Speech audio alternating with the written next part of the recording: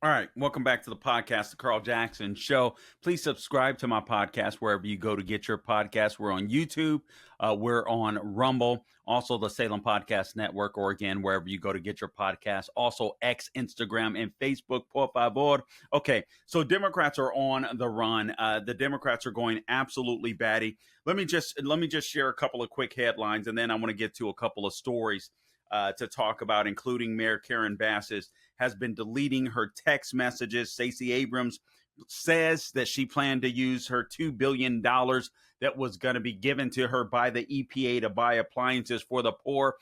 Yeah, right. If you believe that, I have a bridge that I want to sell you in my backyard for a few $1,000,000 so I can stop working. All right, but that's absolutely insane. And then you got Secretary of State Marco Rubio, that has canceled 83% of USAID programs. But I do want to share a couple of headlines with you because obviously big news broke over the past weekend, several big stories, but I just want to give you a couple headlines. One of them being that the Secret Service agents shot a man who had pulled a gun on them near the White House. This man had traveled all the way from Indiana. The local police there had given the Secret Service a heads up. How they knew, I have absolutely no idea. But according to Town Hall, the Secret Service agent shot a man during an overnight armed confrontation near the White House. This occurred on Saturday. The incident took place on the west side of the Eisenhower Executive Office building after, again, local police had identified the individual as a suicidal person, quote unquote, reportedly traveling from Indiana. When officers approached him, the man pulled out a firearm, prompting the Secret Service to take a shot at him.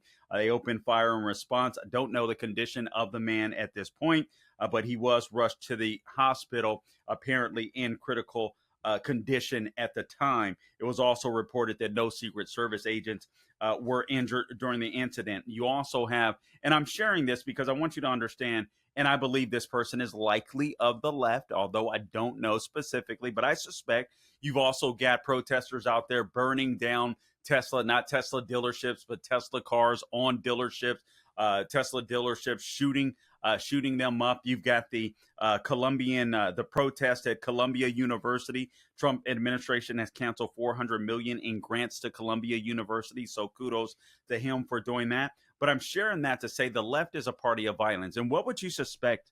What else would you expect from the left? I mean, if you have a party that is willing to kill a baby, I'm sorry. If people in my mind that aren't just, and I understand there's some people that are pro-choice and they really believe they're being compassionate and kind, but there's a militant abortion part of the Democrat Party of the left that is absolutely insane. And I think we saw it after the Supreme Court hearing where they canceled basically Roe v. Wade, overturn Roe v. Wade, send abortion back to the states, and the left went apoplectic. Nothing changed virtually, except the federal government wasn't going to be controlling it. Now, I mean, that's just to share. I just wanted to share. The left is crazy, and the left is going to get violent, and you should suspect this. But I do want to give you some wins. And I believe this is a win, even though it's somewhat of a crazy story. The LA mayor, Karen Bass, has been deleting her text messages. You guys hear about this? Had to Breitbart. So the mayor of Los Angeles, Karen Bass, has been deleting her text messages, defeating efforts by media organizations to obtain them as government communications that are subject to public records requests. This, according to the LA Times. The Times reported that it had been unable to obtain Bass's text messages concerning her overseas trip to Ghana, during which the LA fires broke out, because they were automatically deleted and the city had not retained them. So that is quite a coincidence. Not only did she have her government phone automatically deleting her text messages while she was, or concerning her overseas trip to Ghana, not only did she do it, but the city, for some reason, did not retain the information. I mean, that is amazing. That is a coinky-dink, don't you think? It's insane. The Times also reported that she and her office, speaking of Mayor Karen Bass, have said she was in constant communication during that period, but it's impossible to know exactly what she was communicating because her messages were not saved. This, according to a city lawyer. A quote, her phone is set not to save text messages, said the lawyer, David Michelson. Michelson said that there is, quote, no requirement that a city official or employee save text messages, close quote, despite the fact that the city's own document retention policies dictate that most records should be kept for at least 2 years.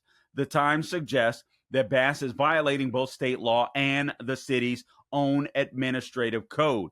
So anyway, this is Mayor Karen Bass. This lady should be kicked to the curb. I hope that she is recalled, or at the very least loses in the next election cycle. But that might be hard to do, believe it or not, despite the fact that her incompetence contributed to the burning of Altadena, the Pacific Palisades, and parts of Los Angeles. Completely incompetent. And by the way, I do believe I'm one that believes that the LA fire chief should have been fired. I just think that she should have been fired along with Mayor Karen Bass. But Mayor Karen Bass tried to use her as a scapegoat. And again, the LA fire chief was incompetent as well. She was deeply into the DEI hiring practices. We all knew that and saw that, and she was incompetent too.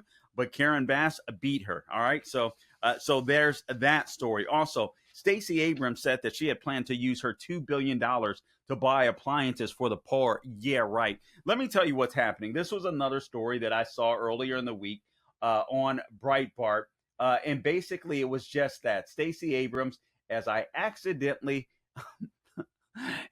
cut it out of my computer. All right, so basically, but here's the deal. She said that she had was using the money, or planned to use the $2 billion from the EPA. By the way, that the Biden administration had dished out to her green energy her green energy nonprofit. I believe it was called Future Forward.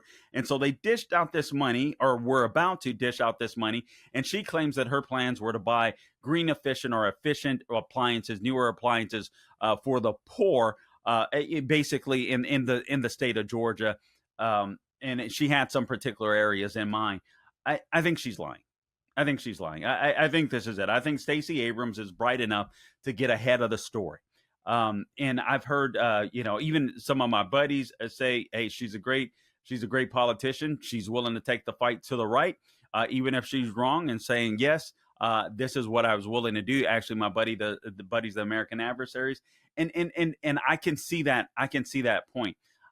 I just don't think that. I think what she's doing is actually more sinister.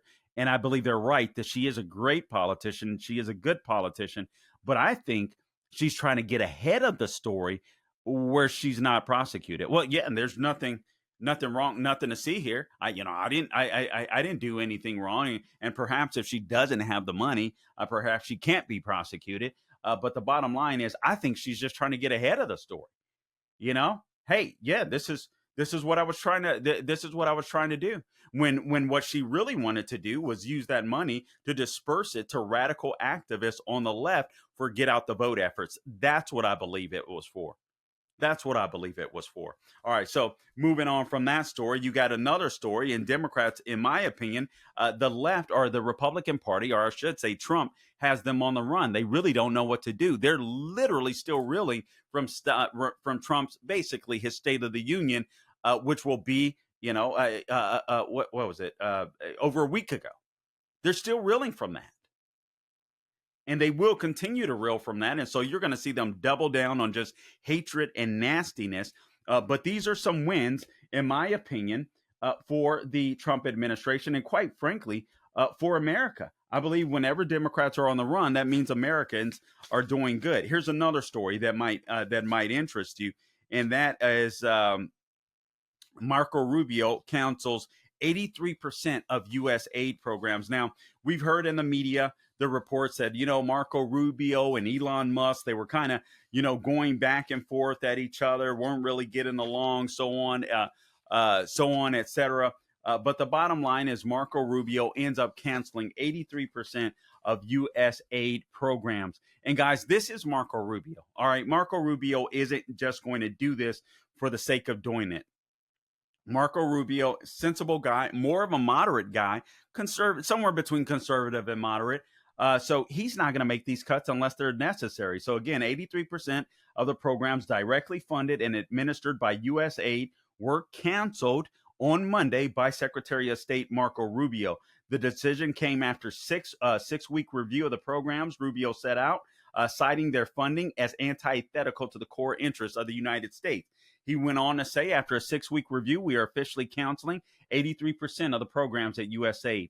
The 5,200 contracts that are now canceled spent tens of billions of dollars in ways that did not serve, and in some cases even harmed, the core national interests of the United States. In consultation with Congress, we intend for the remaining 18% of programs we are keeping, approximately 1,000, by the way, to now be administered more effectively under the State Department. He goes on to say, thank you to DOGE and our hardworking staff who worked very long hours to achieve this overdue and historic reform.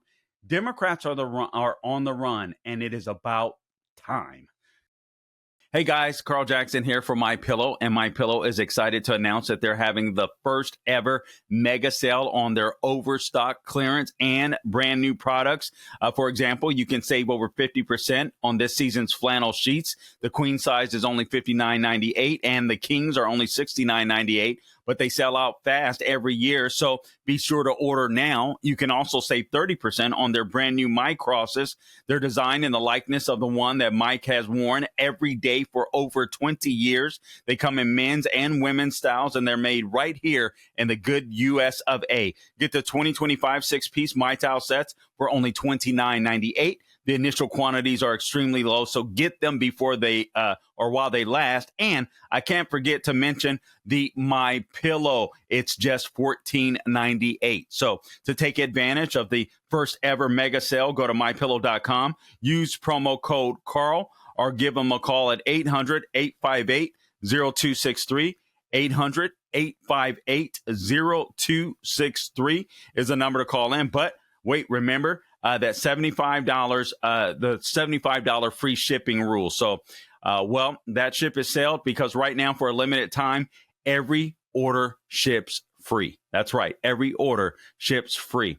MyPillow.com, promo code Carl, or give them a call at 800-858-0263.